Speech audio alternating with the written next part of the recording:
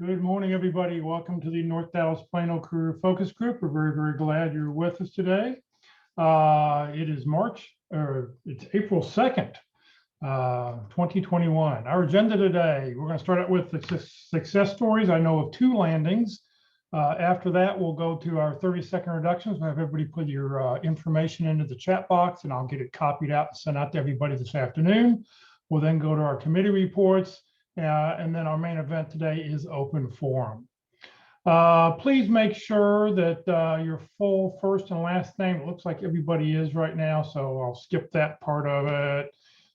If you have questions throughout the presentation, just either use the reaction button and raise your hand, or click on the chat box, and in Zoom, just enter your questions in the chat box. And for those people who are on Facebook, you can just enter the questions right into the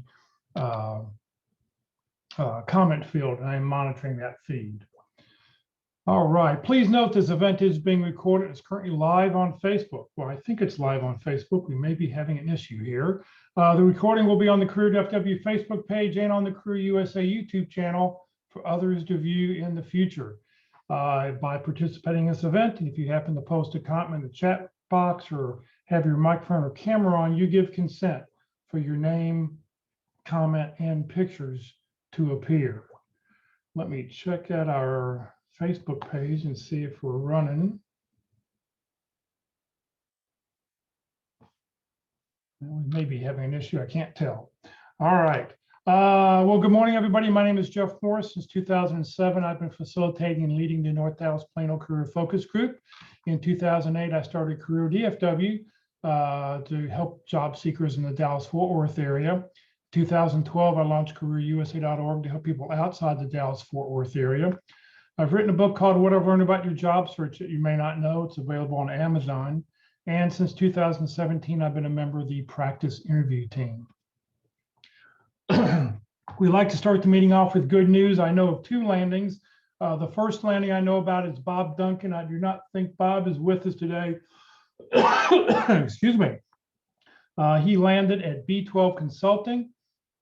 He's supposed to start on a project either on Monday or coming up this Monday or the following Monday. The recruiter found him on LinkedIn and just started a conversation. And apparently B12 likes to hire veterans. So if you're a veteran, maybe a company you want to consider. Bob makes number 40 for us. And then Lisa Taylor has landed. So Lisa, I didn't have time to get a picture or anything up because you just told me about it. So please unmute your mic and tell us your story. Well, this was generally just a who you know kind of connection. Somebody that knows me very well, knew of a company that was a good place to work in a friendly environment, and just emailed her friend there and said, hey, I know this lady who is looking for work, and she's good with computers, and she doesn't have any experience, but if you have any openings, I'd like to send you her resume. So it just so happened that the lady got the email on Sunday night and was thinking to herself, gosh, we just don't have any openings. And on Monday morning, she got to work and someone had to resign immediately and leave state. So she immediately had an opening, which turned into a phone call. And can you come and interview tomorrow, please? Or I sent my resume. They loved my resume. They liked me a lot. And I followed up with a written email where they wanted me to state, what do you like about this company and why do you want to work here? So I put my nose to the grindstone and shot out a good couple of paragraphs for them. I had literally just over 24 hours to research the company, but they offered me the job the very next day. This is with Corporate Remedies, Inc. It's a occupational health solutions business. So it's very health medical related. So I'm making a giant transition from the printing industry to the health and medical support industry. So I'm just thrilled about it. And I start on Monday. Well, that is just great. I mean, it's just amazing how, number one, you get to change careers a little bit, and you're actually moving into medical care, which is so tough to do. Anything in the health related field is always very tough to get into if you haven't had prior experience. So I guess right place, right time. Yeah, it should be just something easy. They're going to train me in everything, and it's a faith-based corporation. They mostly liked my character qualities on my resume, and like I said, it's going to be pretty much entering information into a computer program system, but there will be follow-up emails and phone calls, but it should be simple once I learn how to do it. Right. So, all right. Well, congratulations. Thank you very much for being with us. And you're number 40, you're our 41st landing for the year. And I will tell everybody that if you haven't seen the employment numbers came out this morning, the numbers were much higher than expected, like 900,000 new jobs created. So I think April and May are going to be very, very good months. April, May, June, this should be a great quarter for a lot of people to get hired right now. Do we have anybody else? Anybody else? Any other landings that I don't know about yet? Going once, going twice. All right. Well, what we want to do now is I want to give everybody an opportunity to put their 30-second reductions into these chat box, or if you're on Facebook, you can watch it on the Facebook. You can put it in the comment field on Facebook. I will delete the personal information on Facebook right after this meeting. So if you will, please, in the chat box, put your name, comma, phone number, comma, email address, comma, position you're looking for, comma, and a couple target companies, and then hit the return key. And then by doing that, I will pull all this information off the chat box. I will put it into an email around lunchtime, and I will get it out to everybody along with today's roster of everybody who's attending. So if everybody will do that, that would be great. We'll put 30 seconds on the clock here.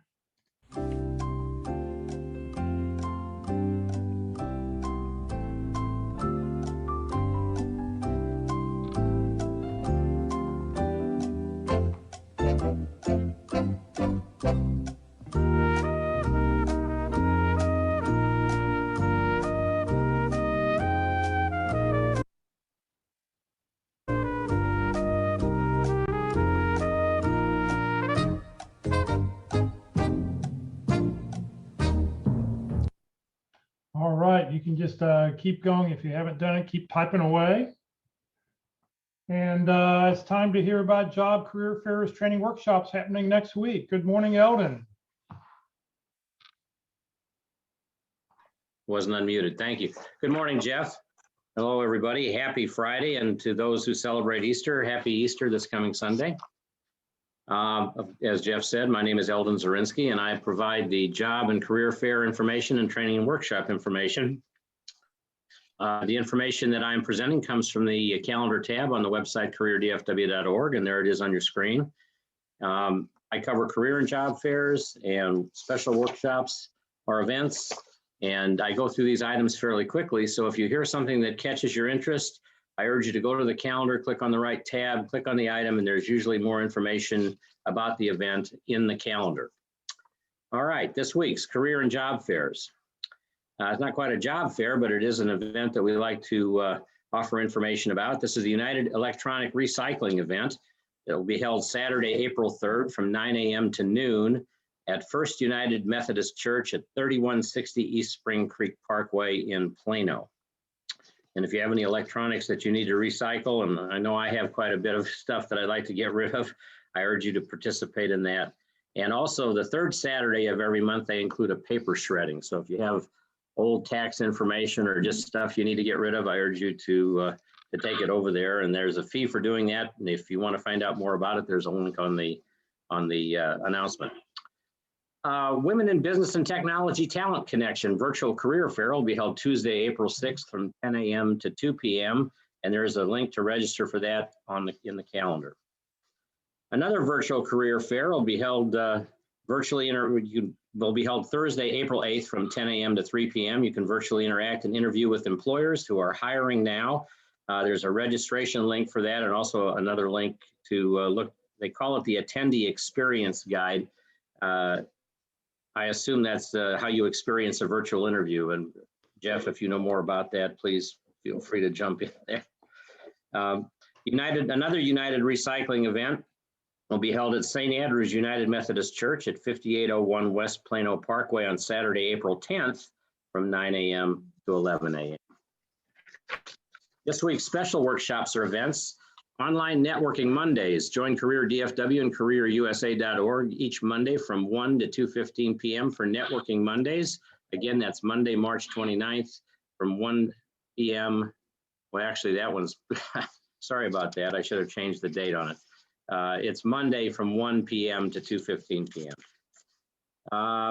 People Skills, Interviewing, It's Your Audition, presented by the Water Tower Theater at 15650 Addison Road in Addison. That'll be held Monday, April 5th from 6 p.m. to 8 p.m. And there's a link to register for that.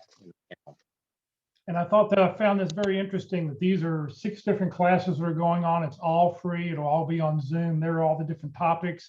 You have to sign up for each one individually. So pick whatever topic you want and go through and sign up. I just, somebody forwarded it on to me. I thought, oh, this is really great that, you know, public speaking, this is what we need to do. So when we can get back out in public again.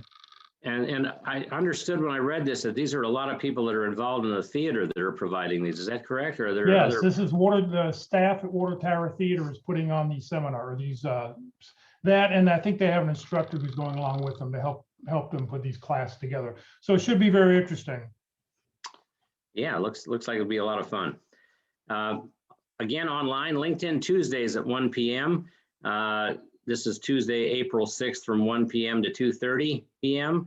Join Locke Alderson, Terry Sullivan, or Ruth Lipsky, or Kurt Vondemutter each week for an online session on LinkedIn. There's a Zoom link for that and also a Facebook link to participate. Again, online, Who You Know Career Transition Summit will be held Wednesday, April 7th from 1 p.m. to 3 p.m. There's a link to register for that. This is hosted by Foster Williams. And if you don't know Foster, I would urge you to get to know Foster Williams. They have changed. They're now meeting on Wednesday mornings. So it's Wednesday from 9 to 11. Excuse me, Wednesday. Oh, really? Did the calendar reflect that? I guess it did. Wednesday, 9 to 11. I know, so used to saying 1 to 3. 1 to 3. It's let me put a note on my little thing here. It's 9 to 11. Yeah, they've moved all their stuff now all on Wednesdays. They used to be on Tuesday too, weren't they on Tuesday or no? It was on Monday. It was on Monday. It moved to Tuesdays. Monday. Now everything's on Wednesday. All the Who You Know stuff's on Wednesday all day long. I'll tell you, it's hard to keep up with some of this stuff. Yeah. Interviewing Wednesdays at 1 p.m. This is the 13-part workshop by Mark Mcdonald, leader of the pit crew, and Walt Glass, the leader of our interview success workshop. Will resume on May 5th. For the month of April, they have 4 guest speakers on interviewing. On April 7th, the subject is clarity when you need it most, and that'll be presented by Jack Bick. And if you haven't heard Jack, I urge you to participate in that. Again, that's Wednesday, April 7th from 1 p.m. to 2:30 p.m. There's a Zoom link and a Facebook link on the calendar for that. And finally, online again, Resume Thursdays, online sessions with Carol Brickell, a certified professional career coach, would be Thursday, April 1st from 1 p.m. to 2 p.m. And there again is a Zoom link and a Facebook link to participate. And that's it for this week. Eldon, thank you very, very much. All right. If you happen to know somebody who just lost their job, please let them know about Career DFW, Career USA. Tell them about the programming that we're doing. If somebody just lost their job and they need some help, or if you need some help, right down there where it says the blue arrow is, click here for help. You can open up a article that's got a lot of great other articles. Will take you to other things, other workshops and other handouts that will help you in your, starting out and what to do first. The Dallas practice interview team. Good morning, Mark. Well, good morning, everybody. It's already April. Wow. So 916,000 people found new jobs last week. And so I'm just waiting here for the flood of requests for practice interviews. because, practicing and going to Walt's workshop, he'll talk about his workshop next, is a really great way to reduce the amount of time that it takes for you to land. And you just never know when something like Lisa's going to come along and, in 2 days, one day you have a phone interview and the next day you have a face-to-face interview. And wouldn't it be good if you'd already practiced once or twice before you get that opportunity? And, luck is where opportunity and preparation meets, and the Dallas Pit Crew is all about getting you prepared to interview. And so here's how we do that. You provide a job description and your resume, and we study up in advance. So with that job description, we can give you a very personalized and customized interview experience based on your background and what you'd like to do based on the job description. And the interviewer is given by volunteers. The volunteers have all been hiring managers, so they've done hiring and evaluating of candidates as part of their professional responsibility. Most of them are also in job transition, just like you. We have a lot of empathy for your situation. And so it's a safe and supportive place to come and practice. And, frankly, you're going to make a mistake or two. Sometimes it's a matter of polish, but sometimes there's pretty major things that you could do better in your interviewing.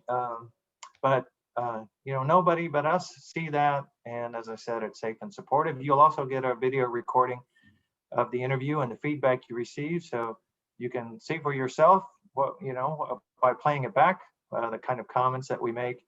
And it's very helpful. People find it extremely beneficial, and you can practice more than once. And we want to get you to the point where, you're not anxious or stressful about answering questions during the interview, and you can focus on building rapport and talking about who you are. The other thing that struck me about what Lisa said is they were really interested in who she was, not what she did. As a matter of fact, she didn't even come from the same industry. It was more about her. And that's an important part of interviewing as well. So, come and practice at the Pit Crew.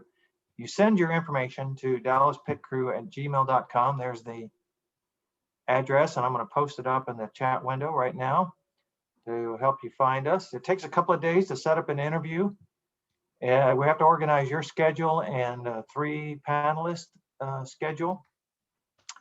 So, give a little lead time, and you can practice more than once, as I said. And you don't have to have been contacted or, have an interview with a company scheduled. You can just pick out a job description that looks good to you, your dream job, so to speak, or maybe even one where you didn't make it through the cycle and you'd like to, do a do-over.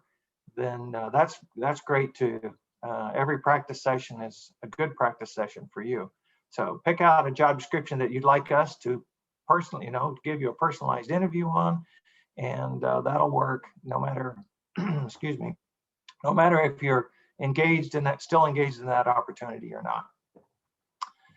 And I think I mentioned we're volunteers, so it's a free practice interview. We do Zoom video conferencing interviews, and they work really well, frankly.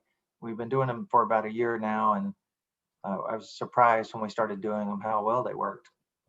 Here's my LinkedIn information. All you have to do to join my network is to send me a short message that says we met on the North Dallas Career Focus Group, and I'll be happy to add you to my network. You can find me by searching on the Pit Crew or just by searching on my name, include the middle initial, and that'll help you find me quickly. I think there's a lot of Mark Mcdonalds out there, and I'd be happy to add you to my network, which will help you, find contacts inside your target companies. And I'm not going to talk about coaching today. Coming to the Pit Crew on Wednesday, please. The webinar that we give, we're in between our 13 sessions. We'll be starting back up in May, but Jeff's lined up some great special speakers, and I'll be on, and Walt and I will be there as well to listen to those speakers. And today, is open session, so if you have some questions about interviewing, I'll be hanging around. We can answer those as well. Very good, Mark. Thank you very much. Good morning, Walt. Thank you. Good morning, everyone, and welcome to Good Friday. I also offer help for interviewing skills, and I really do it a little bit differently than we do at the pit crew, which I hardly recommend. So the idea is a very small group, 2 people at a time, interview each other, and I take notes of responses, and we've got to cover some specific things to understand what we're selling and how we can sell it, as well as how we can differentiate ourselves in a very positive manner from other candidates. So that's kind of a fundamentals approach. And I do it by asking questions out of the 11 different categories of questions. What are the motives behind those questions? What are the options? What are the perhaps structures or ways that we might want to answer that question? Because answers really depend on who's asking the question, what the question is, and where you are in the process. You know, for example, when you get the immediate what's your salary recommendation, that's obviously a knockout question. And it's one of those that we say, well, how do we prepare for that early in the process? And then the best way, if we ever get to it, is when they make an offer, we start discussing salary. And so you're talking to the hiring manager. And so how would we approach the answer to that question in that situation? So there's options, structures, strategies, and those kinds of things to look at in these basic categories of questions. So it gives us a chance to learn how to differentiate ourselves in a very positive manner from those other candidates. And so both Mark and I and Jeff all have the same thing. We want to improve your skills, your confidence, and your abilities for a successful interview. And I define a successful interview as one where you find the match. They find a good fit and you find a good fit. So what are we selling? We're selling who we are, what we do, and how we help. Our soft skills are extremely important. It fits the culture. Lisa hit a home run on the I am part because they hire her for who she is, the way she works, the attitude she brings. The idea of learning the job was just not a big deal. They saw this is the kind of person that we want to hire. And so that's definitely one of the 3 legs. And then we add our experience, our education, certifications, things like that, that enable us to say we can do the types of activities that are needed for this role, as well as the results those activities bring. And I see a lot of interviews where we rarely sell how we help and what we can do and why they really want to hire us. So we're going to pay attention to those things in a very informal environment. Everybody has a little bit of nervousness about interviewing. And so the thing is that if you're really strong about learning how to have a successful interview, we overcome a little bit of that nervousness. And what we do in the workshop is we just have some fun. We answer questions and we talk about how we can improve things. It's an enjoyable session. It's not one where you have to sit there and have a lot of fear and anxiety. So you have to be registered to attend. Look me up in LinkedIn on my About section. It gives you more details. Send me an email requesting availability, and I'll send you some dates and we can get you on the schedule. So sign up because we can have learning without squirming. So let me ask you this. Does interviewing make you all aflutter with no pay to buy bread and butter? Practice is the thing, a great job it will bring, and what joyous exclamations you will utter. All right. Well, thank you very, very much. Okay, it's time for the career tip of the week, as you'll find on Career Tip W and Career USA. Good morning, Karen. Good morning. Today we are looking at empathy. Irina Filanova explores how you can use empathy to advance your career and maintain well-being during the job search. Learner input achiever analytical intellection read my table tenet, proclaiming to the world my talents identified by the Gallup Clifton Strength Assessment. I was proud of the outcomes because they correctly characterized me as a neuroscience researcher ready to take action. Now, 6 years later, working as a career coach at an institution in Japan and logging countless hours in one-to-one meetings helping others determine career direction, I wholeheartedly agree with one of my postdoc advisees' statements. Empathy, I love it. I would not be here without it. I am writing to share how we can use the foundational skill of empathy to advance our careers and maintain well-being during a job search. First, let's define empathy. Empathy is the ability to experience other people's feelings, emotions, thoughts, and behaviors More simply, it is the ability to put yourself in another person's shoes. Note, empathy is different from sympathy and compassion. Sympathy expresses an understanding and concern for a situation. Unlike empathy, it lacks the feeling of sharedness and closeness. Compassion, on the other hand, takes empathy to the next level by adding a desire to alleviate suffering and discomfort.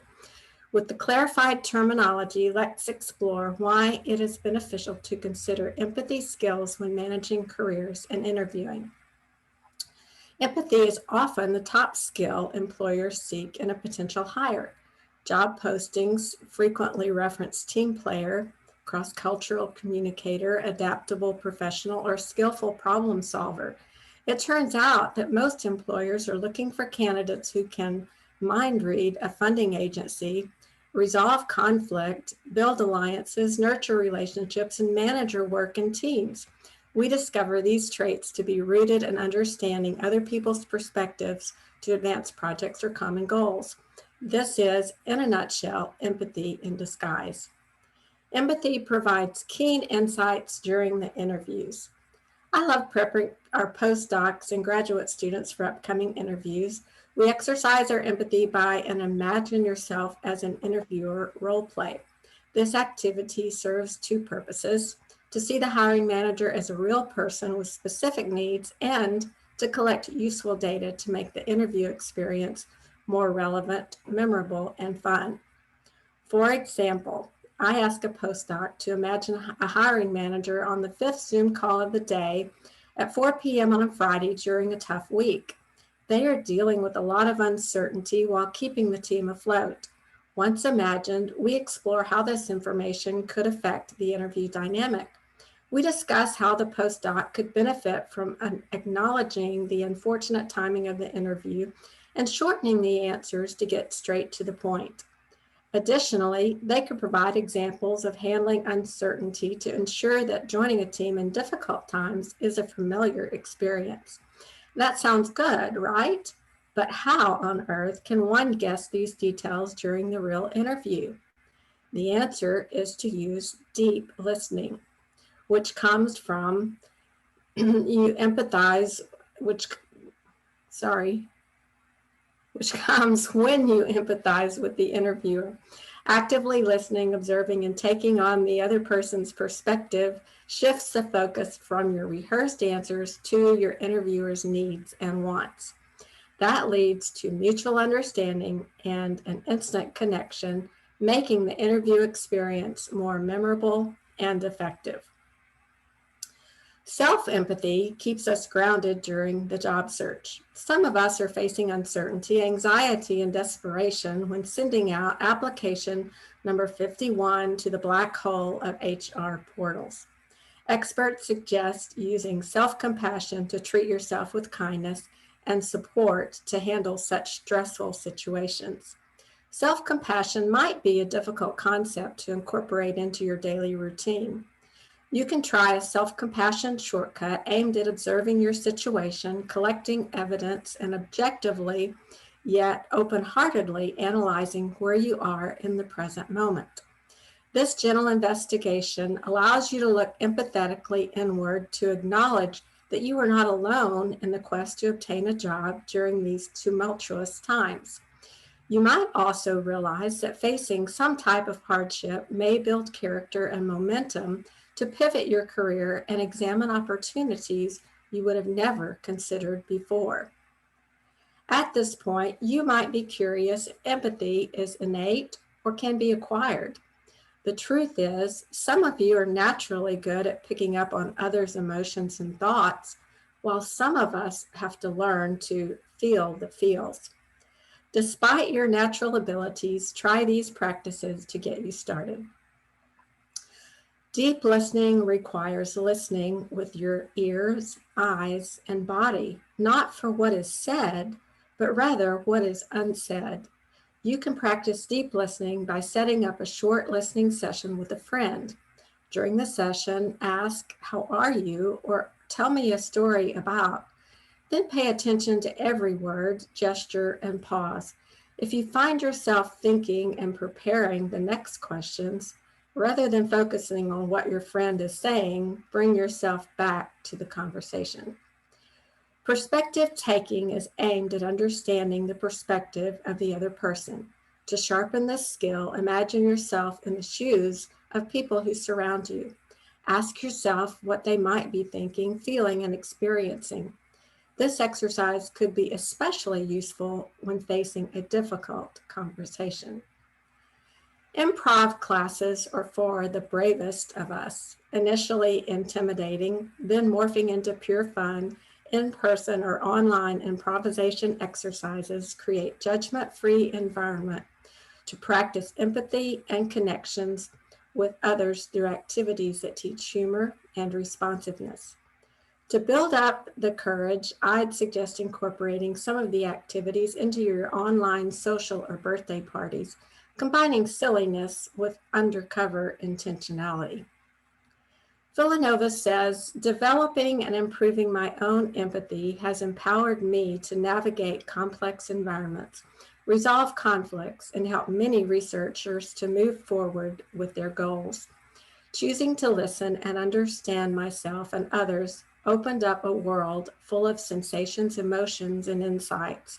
I am confident that expanding your empathetic repertoire will also bring you precious aha moments of support as we journey further into an unpredictable 2021.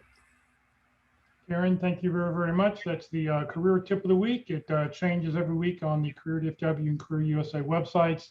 So check it out. Sometimes you read something and go, wow, that's a V8 moment. You go, that's a simple thing. I can apply that. And having empathy for other people, I think, is very, very important. Thank you very much.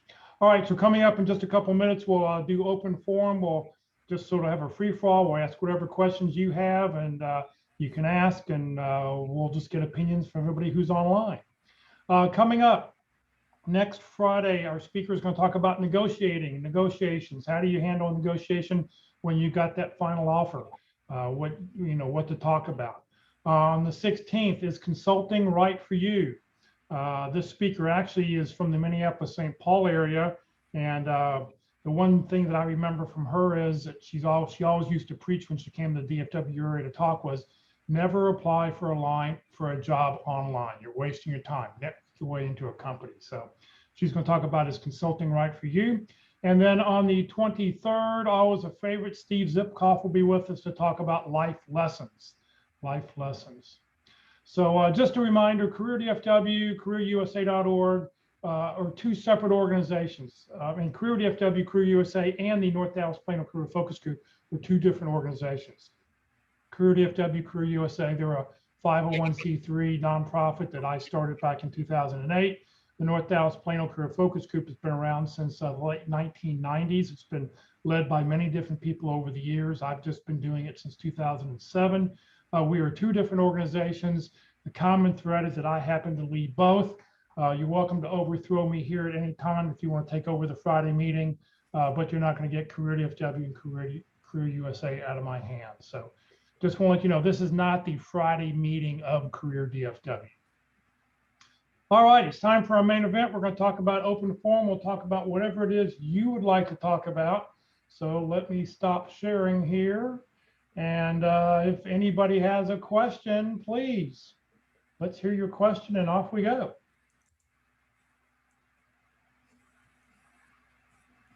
It's going to be a short meeting if nobody asks a question. Hey, Chef, can you hear me? Yes, please go ahead.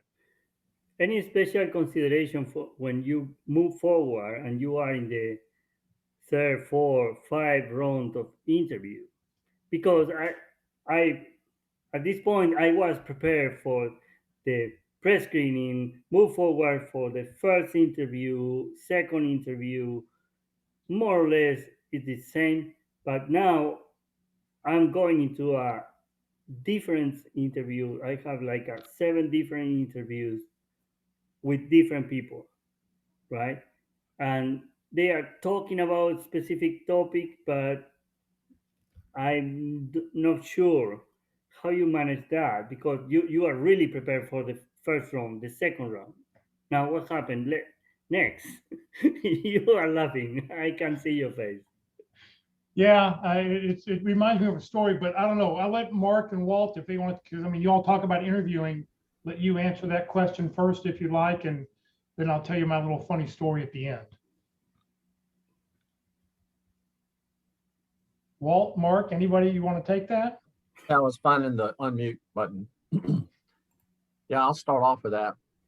Well, first of all, the first thought that comes to my mind is, are you utilizing the information you learned in the first series of interviews to help you prepare for the following rounds of interviews? Have you determined needs? Have you determined issues, challenges, things like that in the interview through your questioning, so that you can also ask those types of questions and see if they're having the same type of problems, or they're having new types of problems and issues, or whatever it might be. Everybody that you talk to has their own frame of reference. So when you're talking to someone, knowing their role is crucial to say, okay, what are they emphasizing? I mean, simply like if you're talking to finance, they've got a financial perspective, and operations has theirs, and sales and marketing has theirs. Finding out, do you know the names of the people who are going to be in the interview? Are you aware of those? Okay, Yes. so you've done your research. Yes. Yeah. Have you tried to find something in common with you and them in their background or history? You know, if you can do Yes, that. but I don't have, sir. Okay, you don't have. No. Even do you know somebody who knows them, for example, on LinkedIn? If you put their name in, and do you have any first or second connections that may know them? You might try that to see if you can find some information out that way, because you might want to say, gee, yeah, you know Mark Mcdonald, don't you? Yeah, say, well, I know Mark, and we met, whatever it is. And so that's kind of a nice thing to have through the interview. But paying attention to who you're interviewing is probably the key for your future interviews, because they'll have a little bit different perspective. Yeah, one of the things that gets me is the kind of the reverse of what Raul's talking about is go into a meeting and you think you're going to be meeting one or two people, and you walk in there and there's a subcommittee meeting, what I call the tag team interview, and you have to figure out each one of those individuals in that tag team interview has a specific thing they want to hear for what they're specifically looking for, and that the tag team thing is absolutely, in my book, the worst of the situation, because you can't really focus on what Jim Bob have to say or what Sue has to say. You've got to try to figure out what they're looking for, because each one of them is looking for one specific part to fix their specific problem. And that I've run into a lot more of those this go round than I used to. It's like the tag team interview has become way too common for my taste. Raul, I got a question for you. Having one guy just absolutely, I answered one question and he just literally got up and left. I'm like, what was that all about? Yeah, Raul, will you be meeting with all these people together or individually? Individually, half hour each one. Okay, well, see, that's a lot safer, I think, because when you meet them individually, what you need to do is you got to find out what's important to them. What can you do that will help them succeed, or what do they think the most important thing is on that job? So, when you're doing a tag team interview and you got 5 or 6 people in front of you, it is a lot different. But the fact that you get to do it individually actually works out, I think, in your benefit. Mark, do you have more to add? So Raul, I just checked your LinkedIn profile and you're in business resiliency. So there isn't a part of the organization that you might not touch. So they're building the breadth of the acceptance within the organization that you're the right match. And 5 interviews is about the middle of the road for that kind of role. I mean, where you touch a lot of points inside the organization. And Jeff said it right, and Walt as well. You've learned some things already from your interviews, but every interviewer you meet, you should ask them, what's most important to you for this role, and what kind of person has been successful in the past, what kind of skills are required, and then you can address those kinds of things. But I would guess that the department evaluation is mostly complete, and now they're trying to build consensus around the rest of the organization that you're the right person for this job. So they're going to be evaluating your match, who you are, how you approach your work, how you would work with them, and what you expect from them as well, and to see if they think it's a match. Okay, There's another- thank you. Another suggestion I make, and that is, if you've got star stories, see if you can not tell the same story to everybody. Have some additional stories that you can use to demonstrate your expertise. That can come across a little bit more powerful. And you can also adjust your opening statement. And when you're talking about some things that you can help them do, you probably found out what some of those things are. So you use that in your opening statement, as well as reviewing in your close about how you can help as well. Yeah. Good luck. The sort of the funny story that I have is I remember there Dennis O'Hagan, who used to lead the DFW sales group on Tuesday mornings, once said that he had like 15 or 16 interviews with a company. They kept calling him back for another interview, another interview, another interview. And he said, I made a decision after like number 11, there's no way I'm going to take a job with them, but I'm going to continue to do this because you know what, I'm getting good practice. And when they finally, at the end of the 16th or 17th interview, whatever it was, they actually offered him the job. And he said, thank you, but it's taken you 17 interviews to try to decide if I'm the right person. I think I need to find a company that moves a little bit quicker. And he moved on. So, because he made that decision early on that this company can't make a decision rapidly. But I think in your case, like Mark and Walt both said, they want you to meet everybody else in the company, and this wouldn't happen if you weren't being seriously considered. So good luck with your interview. Thank you, sir. Chandra asked on Facebook, she said, what's the best way to tell your story on Tell Me About Yourself?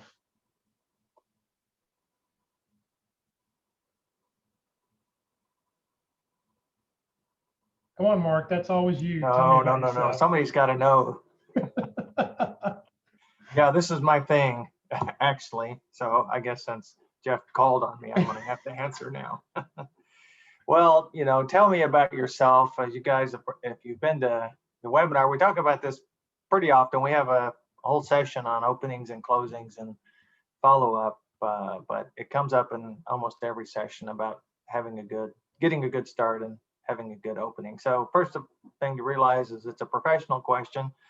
So you start, and I have a kind of a simple formula but there's lots of ways to do it, and Walt will probably add a few options. But my simple formula is you start off with your professional training and your military service, if you've had any, and any languages you speak, and then a little personal note, something, like how long you've lived in the Dallas area, or you like to play tennis, or just a very small, because that first part, which starting with your professional training, is only about 15 seconds long. It's just a few sentences, okay? You're just kind of saying, this is how I got started in my industry, or it could have been on the job training as well, military service and languages. Then you really want to focus next on accomplishments, achievements, and in Walt's words, it's ways you can help them, okay? So you want to give 3 examples and take about a few seconds, 15 seconds on each example of ways you've helped companies in the past that they are going to be interested in. So these are not your top accomplishments. They're the accomplishments that you think will be most valuable in that interview. And of course, you figure that out by studying the job description and figuring out what you think from the job description and maybe other research you've done, what's important to them, where they need help, okay? And then you want to talk about, so that's 3, here's some of the, you won't say it like this, but in your mind, you're saying, okay, here's some of the ways I can help you, and just list them out, okay? Then you want to talk about your motivation to come to work for that company, and why now, why you're motivated to make the change now. And so it's very interesting when Lisa made her announcement that they asked her to provide in writing why she was interested in that company and why she wanted to work there. Yeah, why she wanted to work there and what did she like about the company. So there you go. You need to answer that question right up front in your opening statement. And so that cuts to your motivation to coming to work there. And some companies will ask you directly, like Lisa's company did. Some companies or some interviewers will make an assessment just based on the total interview, if you were interested and you had some motivation to come to work for them. Okay. So I suggest you just answer it right up front. You don't make them ask it. And so 15 seconds for your professional training, another 45 seconds for 3 accomplishments, 3 ways you can help. And by the way, in the star story kind of vernacular, you're going to tell them 3 results. You're not going to tell you how you did it. You're not going to tell them what you did. You're not going to tell them the situation.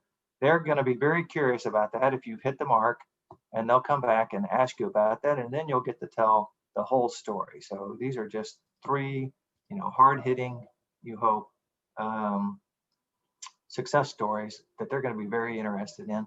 So that's a minute, and then you got another minute to talk about your motivation. Why this company and why now? Now the whole part of getting, let me back up. Now the whole getting a good start involves a statement of enthusiasm as part of your greeting, and that talks about why you're interested in the job. Okay. Now if you don't choose to use a greeting like that, then you want to cover all 3 aspects. Why this job, why this company, why now in your motivation statement. And then finally, a couple of minutes to make that, tell me about yourself. And then you're going to start asking questions. What's the most important priorities for this hire? What are the top 3 characteristics of top performers in this role? What soft skills make people most successful in this role? What was it about my background that you think is going to make the biggest impact in this role? So you got a whole series of questions. You may not ask all of those, but you want to ask more than one to figure out what they're buying. Okay, and this is what Raul is going to have to do with everybody he interviews, is find out what they are buying. Okay, the job description may be out of date, may be old. It may include, a list of things that over 5 years you would do, but right now they're hiring somebody for a specific need and reason, or skill, or perspective, or attitude, and you got to find out what's important to them. And so start asking those questions. Thank you. Anybody else have any suggestions for openings? All right, well, we've got another question. Kathy, I'll let you unmute your mic and let you ask. I know you typed it in the chat box, but we want to get people involved here. So let's hear it. Sure. I spent most of last year helping caregiving for some elderly parents that were in lockdown. I actually went to work kind of as a volunteer caregiver so I could get inside their facility.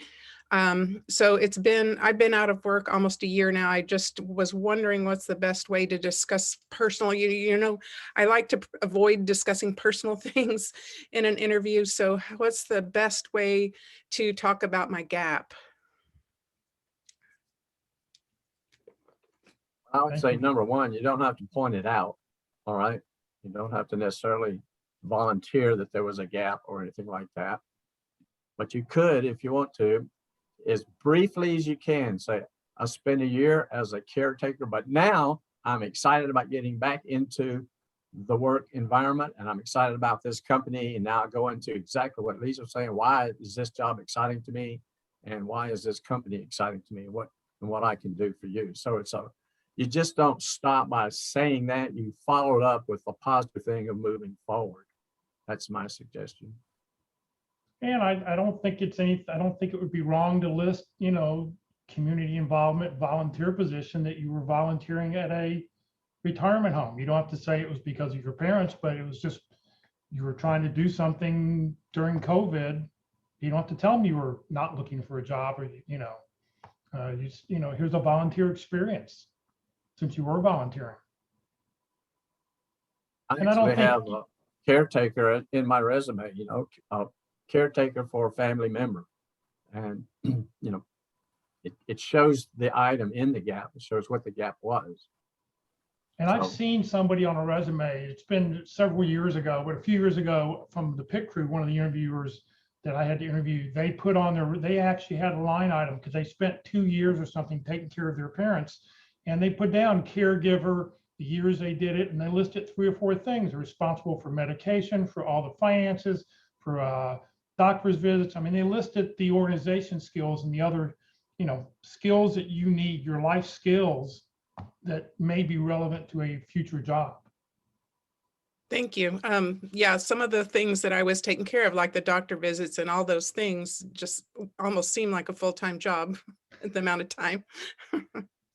Yes, it can be. So, depending on, what it is you want to do, list the skills are important. And, like I say, that's on your master resume. And then when you go to apply for a job, if any of those skills are on the job description, those are the skills you list.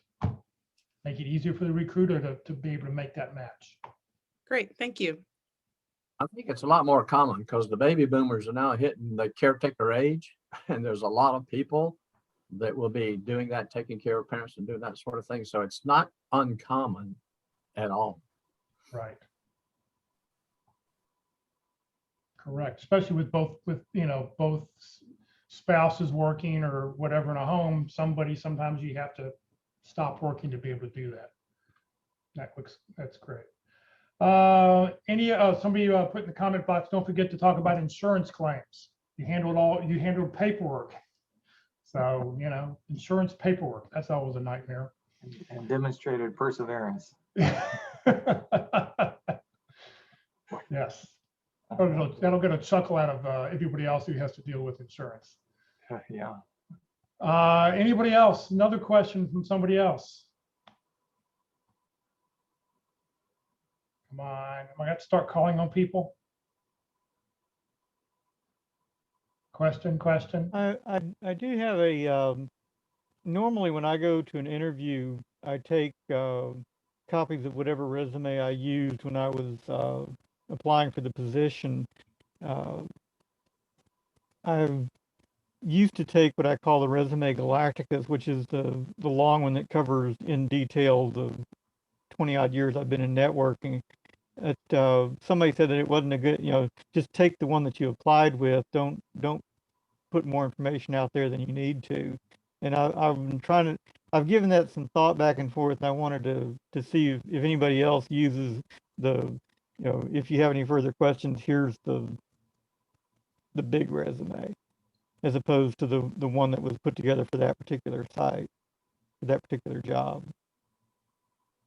Because like I said, I used to take that big old honking resume, and then I thought somebody said just take the one that you applied with, and it's like, well, there's sometimes just not a lot of detail in there because it's for that particular thing.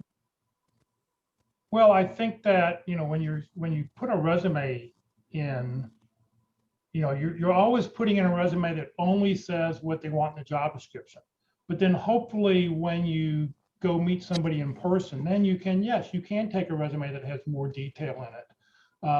And hopefully you customize the resume maybe after every time you've talked to somebody, because if you talk to somebody and you then find out what their top 3 things that they need you to take care of, you make sure you emphasize those things as the first few bullet points in your resume, or the first few objects that you're going to talk about. So, modifying a resume, I think, a number of times, depending on how many times you go in for different interviews, is okay, because you hopefully are learning more and more about the job. Yeah, okay. Somebody else? Mark, Walt, somebody else want to talk about opinions? My question is, who's going to read all that? Right. That was one of the reasons I quit taking the big one. It's like at some point somebody said, well, what exactly you just take what you applied with and be done. And I was kind of wondering about that because I try to elaborate on the individual positions during the interview. Well, yeah, so I think a long, detailed resume makes you look old, frankly. But I am. But you don't feel old, do you? No. So, your recent experience, maybe 10 years. There's other relevant experiences. Do you have that section on your resume? Other relevant experience? Well, the only time I put that together, I have some retail management experience, and there for a couple of months, a few years ago, went back and tried to apply for some retail management positions, and I finally decided that was just not because they took one look at me and it's like, no, you got to have recent retail. It's like management. It's like, I don't care what. Well, so here's my time frame. general suggestion, right? As you focus your resume on the job description, and if there's something that's way back in time, you have a section that says other relevant experience, which is very brief, just the name of the company and your title, perhaps, right? So you can pin, if you need to tell a story from that time, you can pin it to that entry on your resume. Now, so let's say you go to the interview and you find out they're really interested in something that was 20 years ago that you've done, and you end up talking about it. You should probably submit a follow-up resume that includes that in the other relevant experience. So there's a reference to it. So it's a reminder to them of that part of the discussion, and to other people who may interview you in the next round. Yeah, that would work.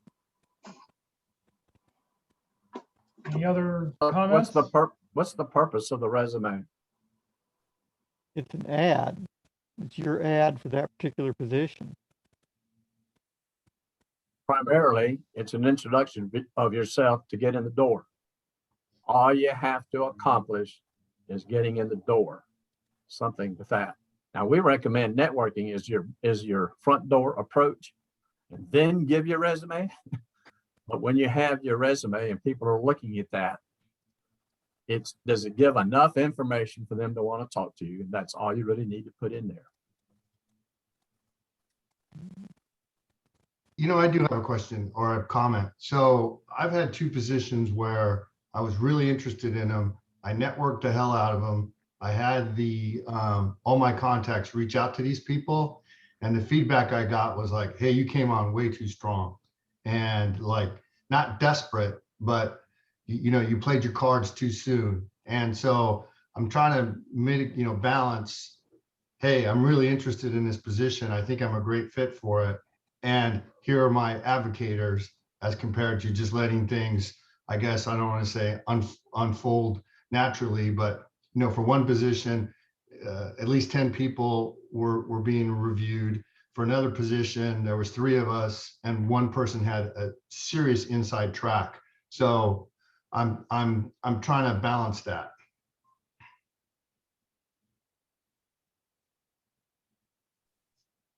Any feedback?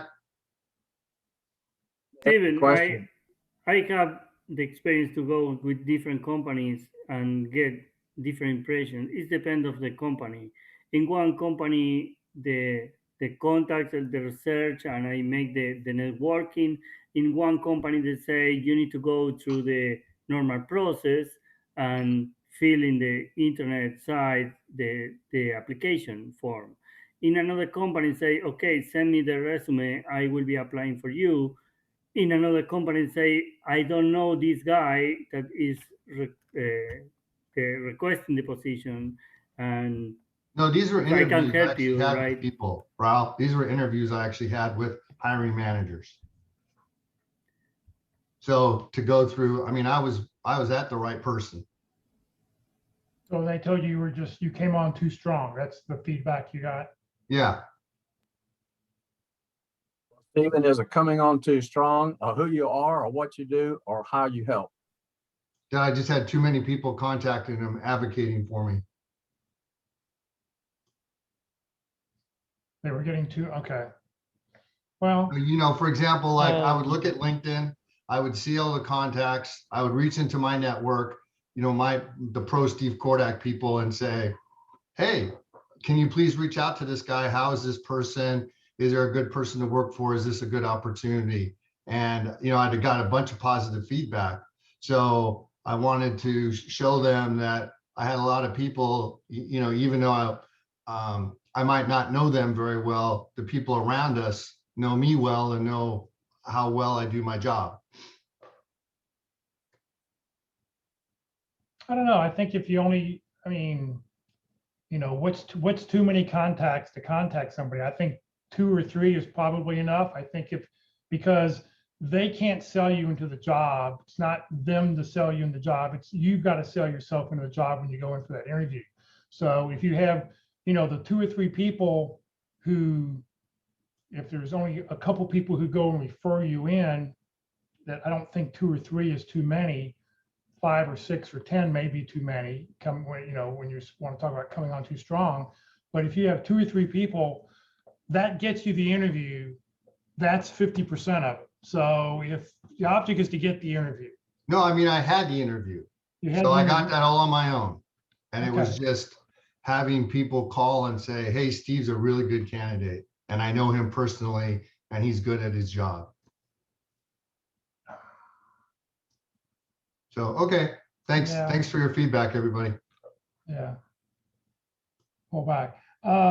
Let's see here. Lily, you had a question. Do you want to say it? Or do you want me to read it? You're on mute. I have to prepare a 3-minute video presentation wherein I have to describe the what of the project of a project that I worked on. This is for a prospective employer. I've never done this before, never made a video presentation to send. So, I mean, starting with the software itself, any suggestions would be appreciated. Well, there's 2 options. Number one, you can use Zoom. Everybody can have a free Zoom account. And in fact, the other day I went and used Zoom to make a 1-minute recording that I needed for something. And so I used Zoom. I hit the record button and I stopped it when I was done because I needed it to send to somebody. So everybody can have a free Zoom account. With the Zoom account, you can go up to 40 minutes. So 3 minutes would be easy. If you don't like it, you can hit erase, you start over again, you know, so you find the version, you know, you get the one that you like. There's also most PCs, most laptops, most computers have something called Camera, a program called Camera that you can just use that will load your camera up and you can record. You should be able to record yourself that way also. I like Zoom because Zoom compresses it and makes it a smaller file, especially if you have to send it off to somebody else. Right. I've also got to include like, you know, almost like a PowerPoint presentation within that. That's a challenge. Someone else, a couple others had suggested Zoom. But I don't know. Yeah, because with Zoom, you can share your screen. You can start out and then you can share your screen and you can show them a couple slides and you can practice as much as you want and, you know, record it. One of the things I've used for sometimes making videos before I do interviews is if you've got a smartphone, getting a little prop like this, you just prop your phone up and just talking it to like you're talking into your in fact, I've seriously basically just prop your phone up there, and it has a recorder system as well for video, so you don't have to worry about the MP3 does some compression, but not as much as the Zoom does. Yeah, I've seriously considering using my smartphone. It's one of the best, if not, I have a Note 9 because the camera is much better than any, you know, desktop device or any other camera that I have. Well, the camera you have now is fine. Because using a phone, how are you going to share your PowerPoint? You can't switch over. Oh, kind of. See, those are the things I didn't know. Right. I mean, you can't share a PowerPoint on your phone to do that with. So the best way to do it would be using your computer. That, you know, I mean, the object you're only going to, if you have a 3-minute presentation, I assume your PowerPoint slides are probably 2 of the 3 minutes. You know, you're going to do a little introduction, then you go to PowerPoint slide, explain, and then come back to you at the very end. So you're not sharing, you're not going to be using your camera that much. The other thing I would try to consider is get your camera at eye level. So if you've got to prop your laptop up a little bit on some books, I don't know if you watch the nightly news, I see sometimes when news more like this, maybe. Well, you just, so your camera's at eye level. You don't want to be looking you don't want your camera so you're looking way up. Oh, I see what you're saying. You know, you don't want it like this where you're looking down, and you don't want it. I see some people, it looks like they're having to look up when they talk. So, you know, try to get it, you know, so it's fairly eye level. How is it right now? I think it's good. I Good mean, enough, you yeah, know, because I've kept my, you have a plain background. The only thing I would maybe also consider doing is getting a light. I have a lamp that sits right over here to give me some front light. Because when you only have light coming down from the top, it tends to, well, it's the same thing as when you put a flashlight, you know, you go get a flashlight for scary Halloween pictures, and you do this in the light. So you're doing the same thing here by having the flashlight above you. yeah. So I've been researching that to get a light. They aren't even expensive. For under $20, you can get one that you can prop on your laptop. don't have to do that. Just find a lamp in the house and just bring a lamp over from the house. Okay, let me do this real quick. Let me. So, all right, while she's doing that, what else can we talk about for somebody? What else? Here it is. Is this better? Sorry. Yeah, now I have light coming from. It gives you a little bit more light in front. In fact, I mean, I actually turned off my top light. I only have a light that comes in, but I have windows over on this side. Yeah. And then my lamp's over here to try to balance it out. So, you know, and if that lamp's not right, you know, and work it with, you know, work with a friend and just go, hey, how does this look? Does this look okay? In fact, practice doing it with a friend. But yeah, I think your lighting is fine. And you have a plain background. So, you know, I think you should be able to. Just might want to center myself more. Okay. Right. Yeah. And just Hey, practice. Lily. Oh, I'm sorry, Lily, this is Christina Matthews. If you want to link up with me, I've done these. I can help you do one. Thank you. Mhm. Yep, it's using a PowerPoint presentation. You have your picture, like a little thumbnail up at the top, and then you can click through the PowerPoint and talk through it. So you can do a real quick 3-minute, and all your information's there. So they see you and your presentation. Okay. Perfect. And when I started hearing everybody talk about BombBomb, and that was a pay service. I started looking for free video editing if you actually want to go and edit your videos. And there's a few out there, but the most popular one I saw was called Shotcut, SHOTCUT. I downloaded that thing for free, and it's got a lot of functionality. You can do amazing things video editing wise for that. You kind of have to work with it also in the edits to make it not use up too much memory. If you're going to send this thing, it'll be big if you don't trim it or use a functionality to make it smaller, like Zoom does, shrink it. But Shotcut, it's got a ton of video editing functionality that I enjoyed using. I made a couple of videos doing that, you know, doing picture-in-picture and fades and all kinds of things like that. And there's tons of YouTube how-to videos available for it also. Yeah, Shotcut is very, very versatile. I've used it several times to edit speakers and put their slides, get your slides in the correct places when things have been messed up. So yeah, shotcut.org. It's a free download. It's a open source software, and it'll take you a little while to figure out because there are a lot of options. Yeah, it's got a lot of functionality to it, so it does take a little bit to learn, like you said. But there's lots of YouTube instructions on how to do it too. Right, right. Okay. Thank you so much, everyone. You're welcome. What else can we answer for somebody? I have a question, Jeff. Does anybody have advice on how you create a custom background for LinkedIn? Yes, use a program called Canva, CANVA.com. CANVA.com. Easiest thing out there. You just, when you get to it, it's a free program.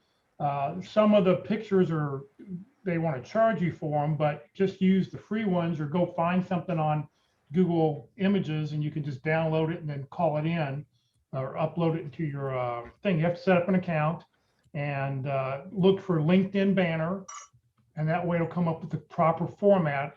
So when you download it, it'll download the correct format that you need. And then just build whatever you want to build, and you can bring in your own pictures, you can modify things, you can add text. It's a great little program out there. Yeah, is there a cost to that? Canva is free. There are like certain pictures, they're going to want to charge you if you want to buy a picture to put in it. But you should be able to find most whatever you need on Google Images. I mean, it has a lot of free stuff. I mean, I built one for somebody a couple months ago, and you know, we just used, actually, she sent me the picture. She sent me the background picture, and then we, you know, it was just a matter of modifying it and made it, you know, to make it look how she wanted to. You can stretch things out. You have all sorts of colors you can use, different fonts. It's very versatile. It's easier to use in Shotcut, but it's nice the fact that it's all web-based and it doesn't take any resources on your computer, but you do need to, you know, if you have images you want to upload, it gives you a way that you can upload the image and then call it into the, call it in. You can edit the image, you can resize the image, you can, it's very handy, very versatile. Right. Yeah, I took a picture of my technical bookshelf basically as my background, and I used paint and resized it and edited it and used it. So, right. Yeah, that was free and cheap, and I had that, but I have not tried the Canva to see if that's got, you know, even more functionality to it. Yeah.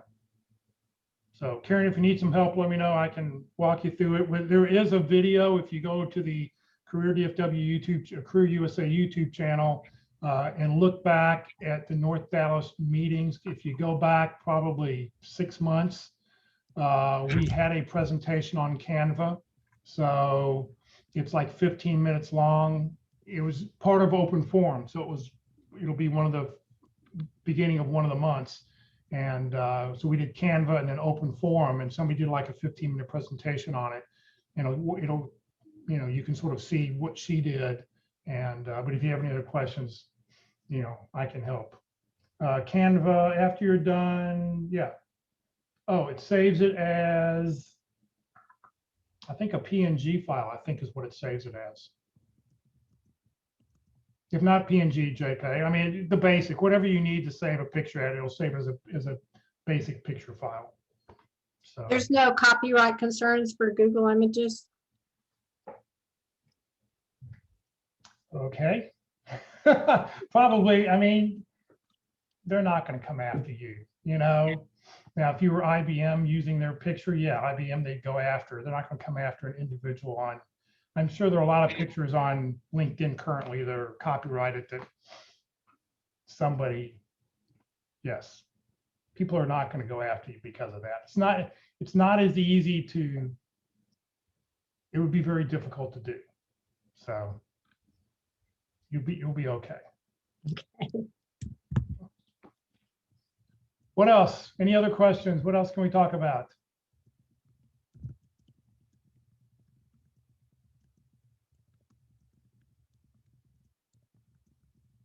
Everybody want to go eat their chocolate bunny? Is that what everybody's ready to go do? Uh-huh.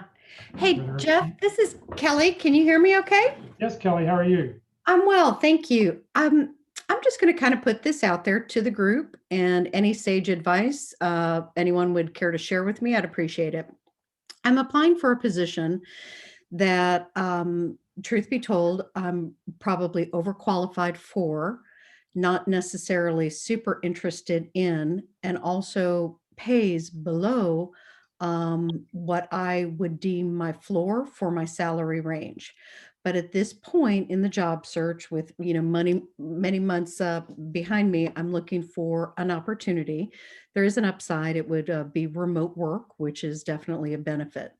So I'm just kind of wondering, I guess the general ask for the group is, how do you decide when it's time to accept a position? So if it were offered to me, even though it doesn't meet a lot of your key requirements, but it's time to get back to work and be employed. I don't want to go under any false pretense or promise that, you know, this is the dream job I've been looking for and I'm going to stay for the next 10 years. But I kind of am a little bit reticent, because if something truly better came along, I wouldn't want to find myself in a position of maybe leaving early, you know. So I'm just kind of, but yet I don't want to not take an opportunity that's presented in front of me if now's the time to get back to work. Do you have any thoughts around that, of like deciding when it's just time to accept what's in front of you? So this is Christina Matthews. I'm in that position right now. I have to go back to work. Everything is running out. I mean, you know, money wise is all gone. And so I'm looking at that. And I know, you know, I'll be, and they question me, you know, you're way overqualified. I said, I understand. I said, but you know, I look at the positive and then I go on and tell them the positive, but I'm going to do that. And I'm just going to ride it out. Maybe contract, you know, if they have an opportunity to give you just contract work for 6 months, 8 months, however longer, you know, we have to do what we have to do. And especially when you're supporting yourself and others, you just have to do what you have to do. I'm going through interviews and it's crazy because I'm interviewing 5, 6, 7 times. These companies can't make up their mind. And I feel just like somebody else had said that they, you know, if a company can't make up his mind, D for done, I'm moving on and I just can't wait. And that's exactly what I'm doing. I'm just going to go with something that's in my space, and hopefully with an opportunity to learn something new. And that's how I'm looking at it.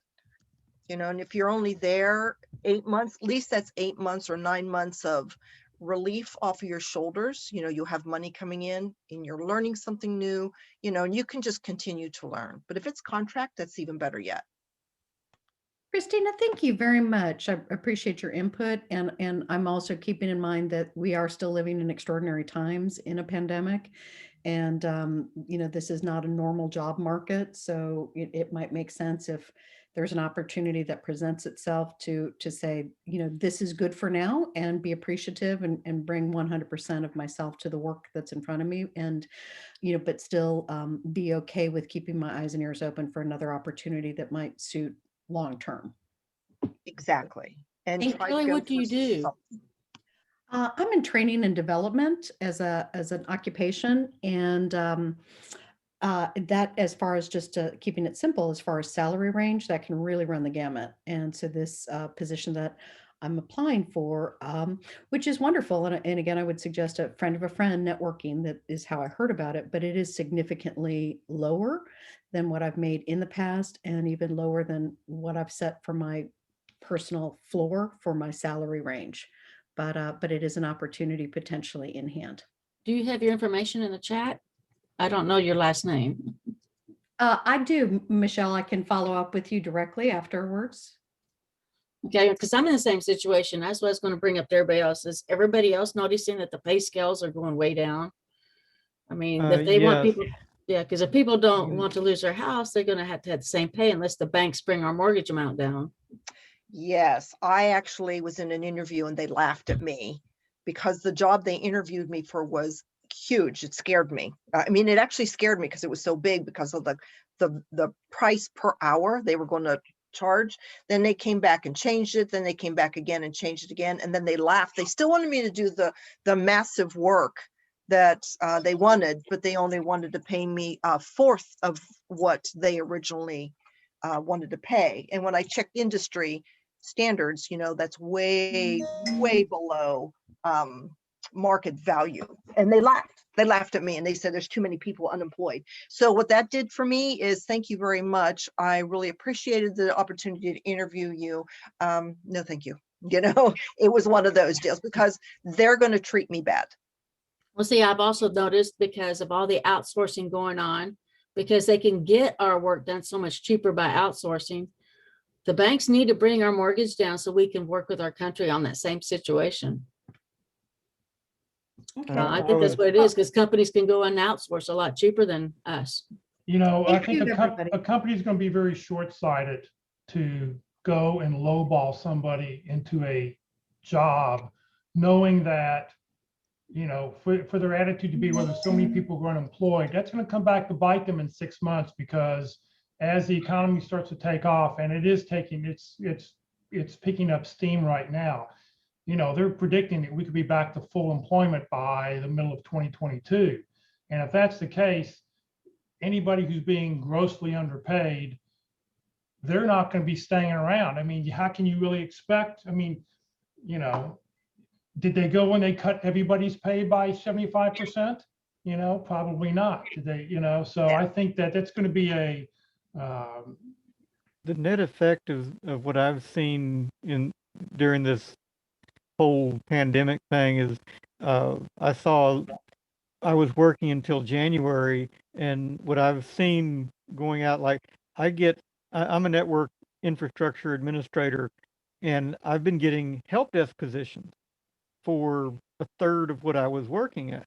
And I'm my first response, I was talking to a headhunter a couple of days ago, and it's like, I'm wondering why I'm getting these things. And they said, well, they figure everybody's looking for something, and they'll get an experienced person who's willing to take this, $17 an hour.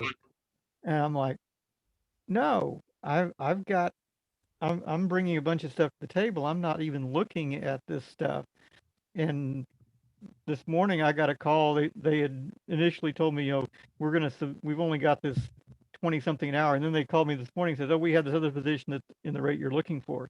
So yes, there are positions out there, but I have seen several lowball doesn't even describe.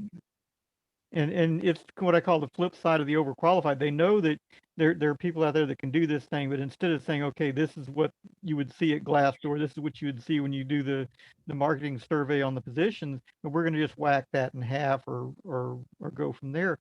The net result is, like you said, there's going to be probably starting September, October timeframe, a lot of people are just going to say, okay, stuff it, I'm gone. As soon as positions start coming available, they've burned a lot of bridges, particularly the ones that are really behind the eight ball are the companies that have net nannied and micromanaged their remote. It's like, you hire professionals to do a job, treat them like professionals. Don't put net nanny, don't micromanage.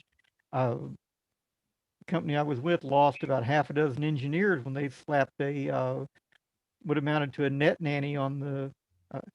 When you're doing network engineering, you have to research what the possible threats are going to be. And they literally were saying, you can't go to those sites. Well, how am I supposed to do my job? Right. So there's a lot of negative karma building up on that side. And as far as taking a short term or taking a job now, just, you need the cash to come in, something you're maybe, you're not quite, you don't feel, you feel undervalued or whatever in the position.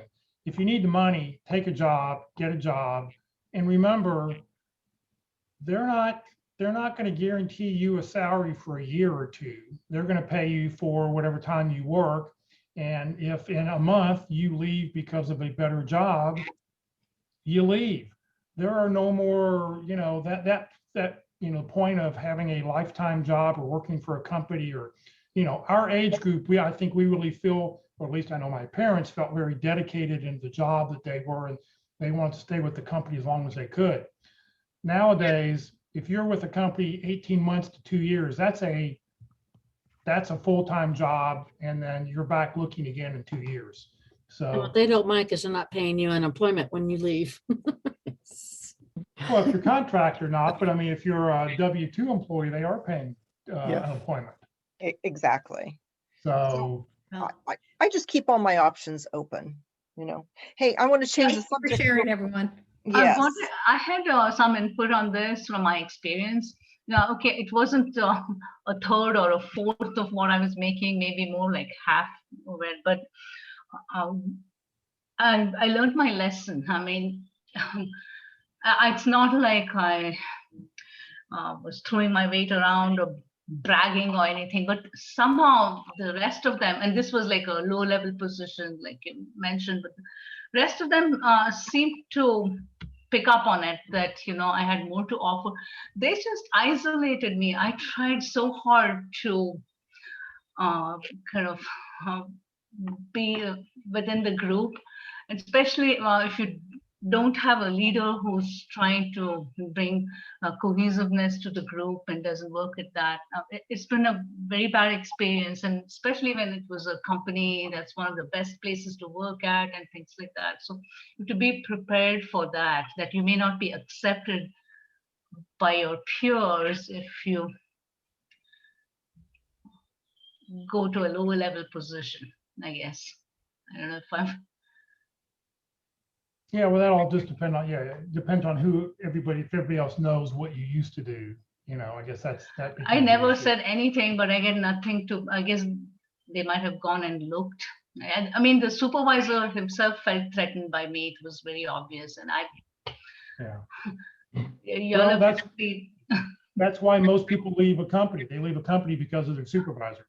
Whoever's their Yeah. manager. I terrible. think 78% of people leave a company because of their manager.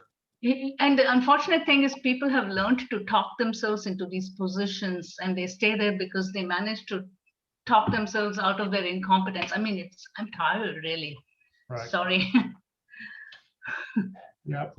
Yeah, Somebody else had a question. I forget who.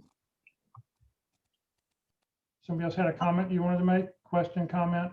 Well, I have hi. a comment. I wanted to share something with everyone. Yeah. So when you find some companies that you're really interested in and you apply for different jobs, make sure you fill out a profile with those companies, because their chat boxes are starting to send out invites for you to apply for jobs. I've been hit up.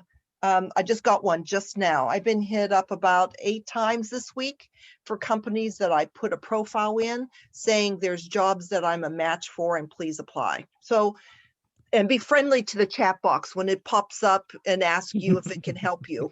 It really, they're recording everything. I mean, people laugh. I see you laughing. But every time I see that thing, it's like, no, you got to be nice to it, because they are recording everything you say and do to that chat box and their chat bot, and then they're also sending you job updates. So it is definitely worth putting a profile in and being nice to that chat bot. I'm telling you, I used to program those and have them running on my company site, and some of the things I saw. Imagine. Yeah, Richard put them in there. Like, go away. Yeah, I have a follow-up point on that. We've been doing all our interviewing. I'm sorry, this is Tom Atkins.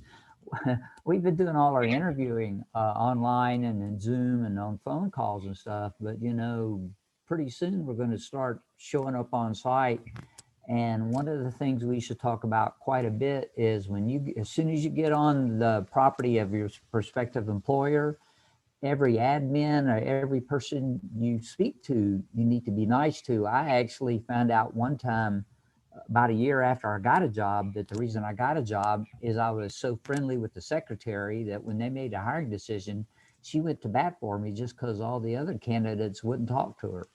So as we start going forward, remember, every person you talk to could be in your corner or be against you. So let's always have a positive attitude for our new employer. I would definitely Absolutely. second that. Your interview starts 5 miles from the job site. One of my friends is a hiring manager in the government, and she hired somebody. They weren't completely qualified. There were definitely more candidates more qualified, but this one person actually picked up paper that was on the floor. So when they came in, they introduced themselves to the admin, picked up paper and said, "Oh, here's some trash. Where's your trash at?" and took care of it for them. That's why she hired that person. Everybody else stepped over it. And her reasoning was there's somebody that was willing to bend over, pick that up, throw it in a trash can. So they would be very interested and more concerned about her customers that they were serving in that position. Yeah, and I'm sure everybody's heard the story about the person on the subway in New York City who, got bumped by somebody else and he said something rude, and the guy was just preparing for his interview. And then when he gets to the office and he sits down for the interviewer, guess who the guy was? It was the guy he bumped and was rude to on the train. So, you just never ever know, like you said, 5 miles away, you want to, just be nice, put on that smiley face when you go. And you will start seeing in-person interviews again. I mean, I've already heard of a couple people who've had to go in, and it's like, well, what do you do when you go in for an in-person interview? They said, they were spread out in a conference room. They didn't have their mask on, but I kept mine on during the whole interview. And, do you, don't you, I think there's going to be a lot of new ground rules to sort of come up with, because right now there's no right or wrong. But I think you're going to start to see some more in-person stuff happen, especially in the next month or two. A question from anybody else before we end? I do. Yes, go ahead.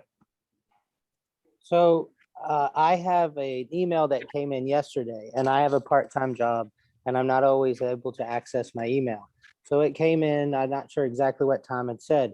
Please provide us with your salary requirements by the end of business day. So that would have been yesterday, but I did not see the email until yesterday. It was also, I've gone to church, so it was also like 8, 9 p.m. What is your recommendation since it's now the day after? Am I shut out? How do I just kindly say something to pretend like, you know, I don't want to say I didn't see your email, but I want to respond to it and not wait till say next, you know, another day. Just send it. Don't worry. Just put it in there. Do it. Don't just state, here are my requirements and send it. Well, okay. And so I know I'm not in asking for a salary discussion. I've been through this. I know my salary range. So Richard or Jeff or anybody, should I just put my ranges and then put that there and then send it? Because I don't want to give them an exact number, and you never do. You want to give them the range. That's what I've always been told. So that's what this is Christina again. That's what I do. I put in a range, and then they, you know, and then I say, you know, I'm open for some discussion afterwards, you know, after I put in the range.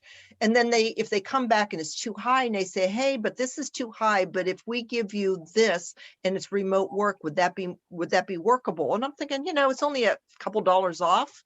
So I'll just say, okay, I'm open for discussion. Let's discuss it. And, you know, it's led to some really good discussions and other opportunities. So I do. And as far as, you know, I've missed emails because I am insanely busy.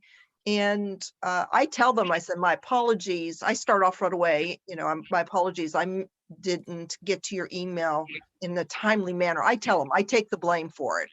And I say, but this is, and they still talk to me. They never shut me out.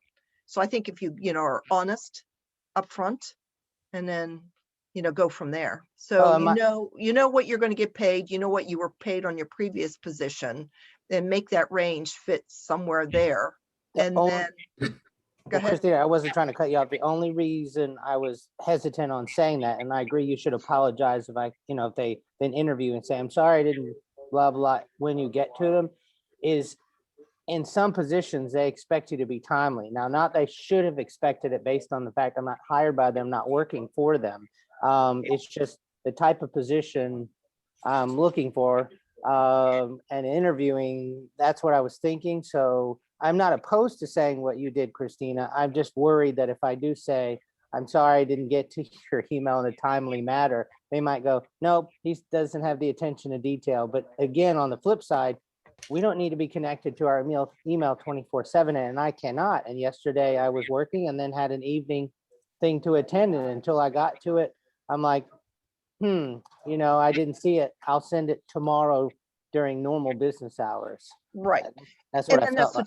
That's exactly what you do. I wouldn't say I'm sorry. I'd say my apologies. Apologies, yeah. Yeah, and then just, but you don't have to give them detail. Just say I was not in a position to reach out, you know, read my email yesterday, but here it is, you know. And then, you know, they're not going to shut you down. And if they're thinking that, you know, that's back to that, you know, we're going to pay you 1/4 of what this job should be paid, you know, too bad there's so many people unemployed. And then that you start questioning, do I really want to be there? It's like ageism.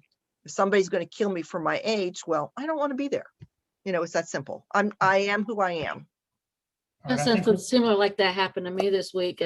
Someone reached out to me through email, but guess what? It didn't hit my spam folder. It hit my promotional folder. So I responded back to it and gave them information and when I can interview, and I haven't heard back. Do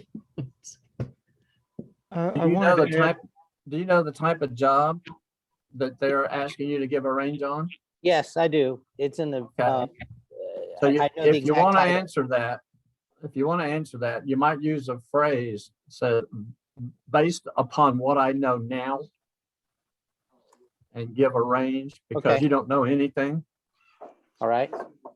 And I always like to end it with, and I'm sure whatever you pay will be fair and equitable. Good luck. I have a thing to add on the email. I had been conversing with a headhunter, and I had replied several times to their emails, but their stuff was still coming into my spam box. So if you're communicating with a headhunter, be sure to put them in your contacts or check your spam box, because I had that happen twice this week where stuff, instead of coming into my inbox, was sorted down to my spam, which normally once you reply to an email, it takes it out of that cycle, but that was not fun.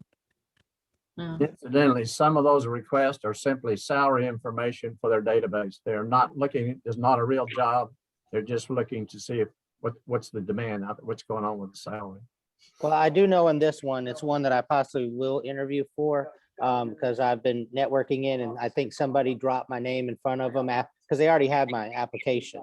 So now they're saying, what's he looking for, you know, range wise? Can we afford him? You know, because it's a chamber. I'm just going to throw that. It's a chamber. So they're maybe that's what they're trying to do, because otherwise I was like, I've never had that as my first question. Usually it's like, let's interview you, you know, but they want to know your range. I'm like, they're serious now. They want to see, do we spend the time to bring him on Zoom or in? That's my feeling. Have you researched like BLS.gov and salary.com for market value for that particular position? Yes. Okay. So I know the general range. That's what you want to give, you know, that you want to make sure you're in the market side. Yeah. And thank you, Daniel, for putting in there. So Daniel said, I turned off my spam folder and the promotional folders for that reason in Gmail. So if you're using Gmail, in the chat box, there's a link on how to turn off your spam and promotion field. So that way everything goes to your inbox, and that way you won't miss something. So great information. Thank you for that. I just want to make a comment about Christina. I'm kind of in between what she's going through. I do work part-time so I can pay bills. It's not my favorite thing to do, but I'm good. I mean, I know I'm good at it, but I would say I was hospitality. So you can only imagine we got gutted. So I want to stick with it, but at the same time, I understand the two people that were in that discussion on, well, do I take a job that's not exactly what I was doing? Do I take something less similar to what I was doing? I'm looking at two kind of titles outside of what I did so I can get back in at least to a company, you know, and work my way. And they'll go, and I see, you know, a couple people shaking their heads. Oh, Lewis did events. Oh yeah, well, you know what, our event department's starting back, or we got this event and we don't really know. Let's put him on the team, see if his boss will let him join the team temporarily, you know. So that's what I'm trying to do. And I've gotten some good feedback on a couple titles to look at to see. So keep your options open. I feel for y'all. I know how it is. You need the money, you got to pay the bills. I get it. Hey, Jeff, can I chime in on these? Yes, questions? Diane. Okay, Yeah. I'm at another location today, so fortunately I have a computer with a microphone today. Okay, first I want to address, I think it's Lewis, or I think you called him Daniel, the one who is Lewis. It's Lewis. Yes. Okay. Yes. Thank you, Diane. About your email received, and I know all of us will be able to relate to what I'm about to say. Yes. How many of us have turned on a dime to send information back, and then we wait days, weeks, months, sometimes never. We don't hear back from them on a timely basis. So, I mean, I am all for being diligent, and I am that way too. But also bear in mind that the other side of the equation is not always as diligent to get back to us, even when they say, oh yeah, we'll get back to you. But then they kind of mean in your lifetime and not necessarily in the next couple of weeks, you know? So that doesn't always work. But in regard to your particular situation, Lewis, I would say that one thing that I think that you're kind of missing that I think would actually work in your favor is that you said that you are currently working, albeit a part-time job, but you didn't have access to your emails. Well, that shows diligence on your part that even though it's a part-time job, you are applying your focus and your dedication to that position. And I would hope that a prospective employer would appreciate that, because all of us as employers don't want people using their work equipment or time to handling personal things. So I think even if you were just gut honest and just said, hey, I didn't have a chance to get to my emails because I was working, I didn't get home till X time. They shouldn't have a problem with that. If they do, they also have to realize that they are not the only game in town. So I think even at a surface level, most companies know that even if they say, hey, drop everything and get back to me now, they realize that the person they're speaking with is not operating in a vacuum. So however you choose to answer it, whether you want to start out with a type of apology or no apology or just send the information, I think all of those suggestions have merit, because there's also this little thing known as the internet that even if you had sent it yesterday, you don't know absolutely if they got it, like within seconds of you sending it. I know I've sent information at times and it comes like a day after I've sent it. And it's not anything I have done wrong. It's because of traffic on the net. So there's multiple things that work into here. So I applaud your character in this, but I think that you may be missing out on a good plus to say, hey, I was working, that's why I couldn't get it. Okay, now back to, I think it's Kelly, and I think also Christina mentioned about the, if you're in a position or in a situation where you need to kind of put some bucks in the bank. And again, all of us have been there. Some of us continue to be there. Some of us return there. So there's nothing to be ashamed in that at all. Because if you don't have a roof over your head or electricity, then how are you going to apply any place?